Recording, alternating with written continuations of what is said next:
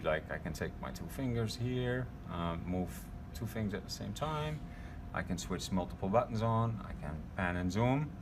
I can have safety features and move things on the side, toggle. We have built-in swipes, so you can actually swipe between menus, swipe other menus in, top menu, and then we basically have Scada Playback, which I will demonstrate in a second. So if we go back to our content, one thing we have is, for example, situational awareness built in.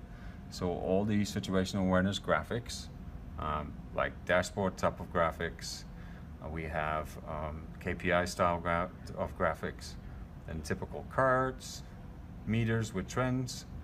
We have more essay style graphics here, and then basically all meter types for different medias like pressure, level, temperature analyzer, things like that, connections. And then this is more like a typical P&ID type of graphic where you can zoom in and zoom out. Wanted to show real here we're gonna go to dashboards, and then we're gonna play back some data. So we're gonna go here,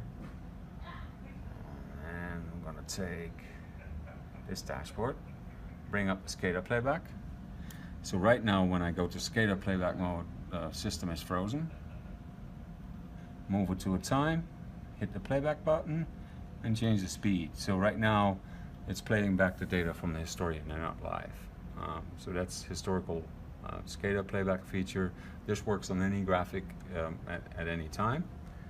So disabling it goes back to runtime data. The other things that we have is contextualization. So contextualization, when we zoom out, you can see we have a 3-screen setup here, and this is one application. So the map application, the overview, the next one up in the hierarchy, and the storage tanks are all within this one app. And if I change my navigation to storage tank 1, automatically I have the overview here for the 7 storage tanks, and I have on the map view located where storage tank number 1 is. I can bring up apps in context. I can look at things like camera systems. I can look at things like alarms.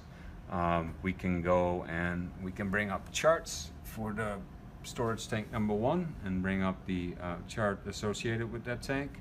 And that's all done without any coding.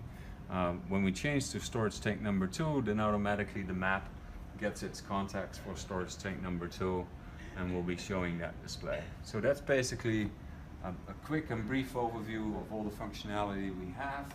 I'm going to